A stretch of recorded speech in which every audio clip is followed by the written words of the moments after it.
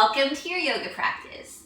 Today we're actually not practicing yoga, and instead I want to talk to you guys about setting up your space so that having a home yoga practice is 100% possible and even wanted.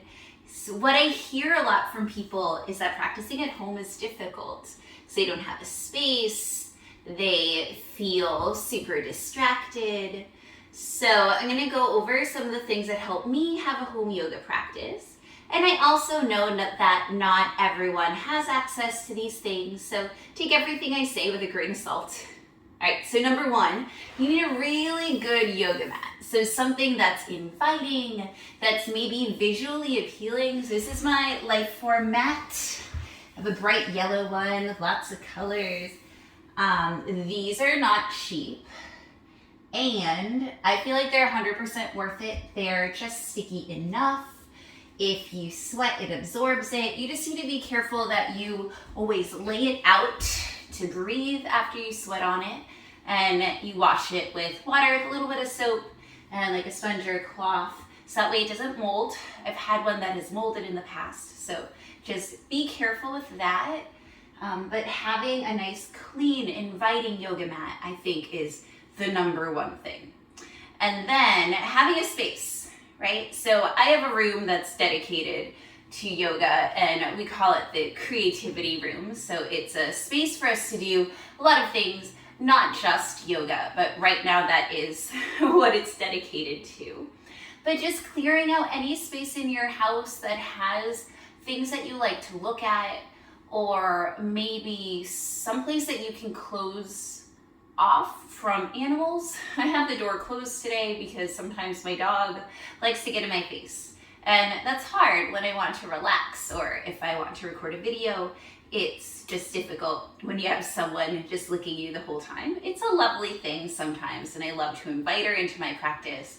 And my cats also love to practice as well, but sometimes having a space that you can close off is nice. Or just a corner where you can fit your mat and maybe be able to extend your limbs from side to side, so that way you're not always hitting walls.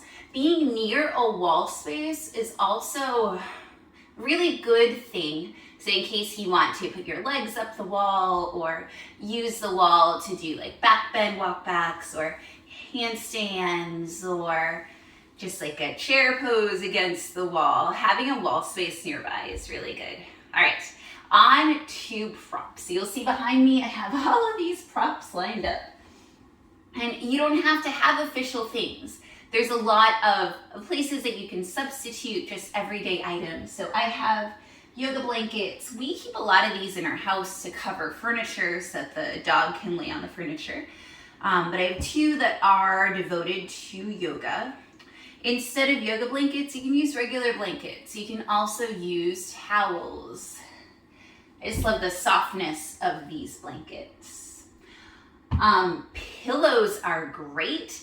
We have two foam pillows that we just don't love to sleep on, so we replace them, but they're perfect to lay my head down or to lay my legs down in yoga. They're like the perfect yoga pillow. So having one or two pillows like that are good. Yoga blocks are great. I have a set of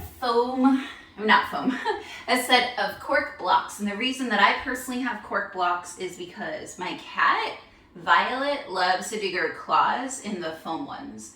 And so my foam, I have them, but they have like all these little claw marks and they're just leaking foam everywhere. So that's why I have cork, but you can get wood ones, cork ones, foam ones. Blocks are great. Awesome. And then a strap is great. An actual strap, or if you have a belt. Straps are just belts, right? But meant for yoga and not for your pants. But using a belt is good.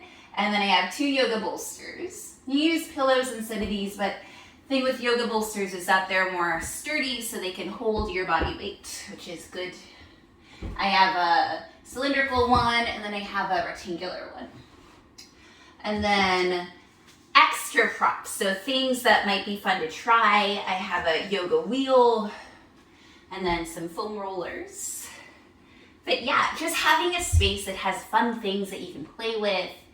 A place that you can go to. Maybe have your yoga clothing set up beside them, maybe an eye pillow, or just things to be nice and cozy, so that your mat becomes a space not just for an uncomfortable workout or like, oh, I have to go to my mat and stretch, but it becomes a place where you can relax and sit and breathe. And yeah. So hopefully you enjoyed this video on how to make your home yoga practice work.